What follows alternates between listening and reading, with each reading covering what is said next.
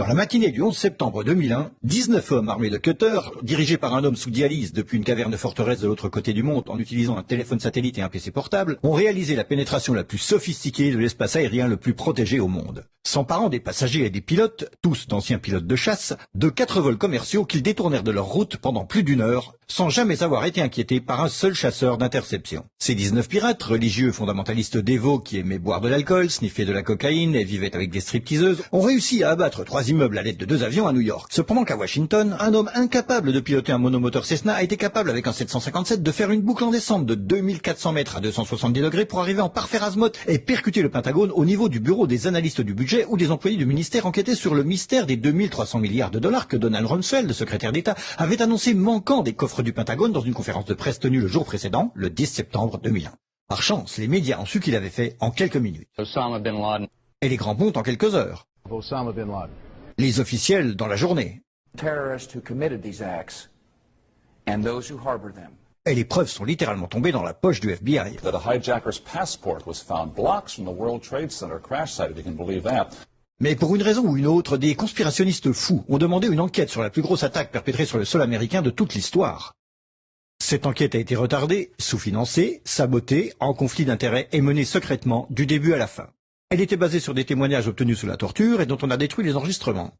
Elle n'a pas mentionné l'existence du Building 7, Double Danger, Pletch, Sybil Edmonds, Ben Laden et la CIA, et les manœuvres militaires simulant des avions détournés et jetés sur des immeubles menées au moment précis où c'était en train de se produire. Elle a été trompée par le Pentagone, la CIA, l'administration Bush. Et à propos de Bush et Cheney, eh bien, personne ne sait ce qu'ils ont dit car leur témoignage était secret, pas enregistré, pas sous serment et à huis clos.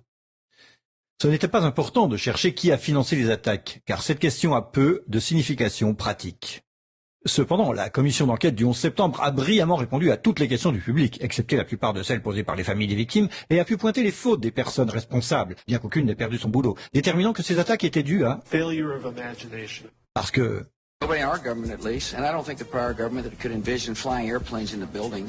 Excepté le Pentagone, la FIMA, le NORAD et le NRO.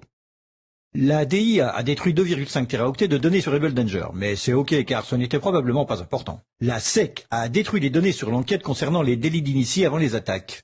Mais c'est ok car la destruction des données relatives à la plus grosse enquête de toute l'histoire de la SEC fait partie de ses routines d'archivage.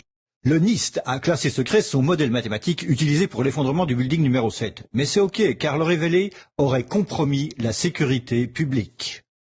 Le FBI a argué que tout ce qui concerne leur enquête sur le 11 septembre doit être tenu secret. Mais c'est normal car le FBI n'a probablement rien à cacher.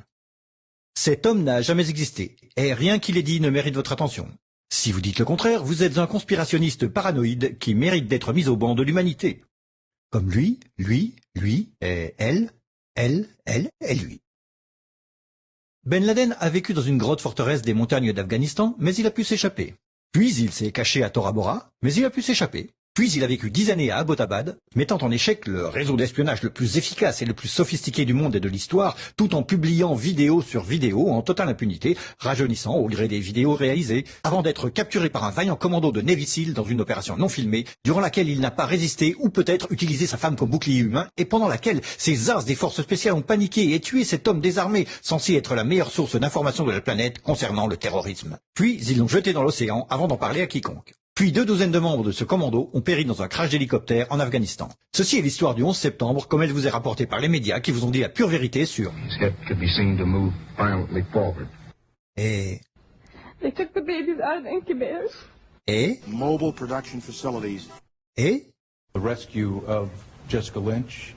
Si vous avez un doute sur cette histoire, vous êtes une chure de rat, un paranoïaque, un cinglé, vous détestez les chiens et les enfants et vous serez conspué par le monde entier. Si vous aimez votre pays et la liberté, la joie, les arcs-en-ciel, le rock, les chiots, les tartes aux pommes et votre grand-mère, alors vous n'émettrez jamais le moindre doute sur aucune des parties de cette histoire, à personne, jamais.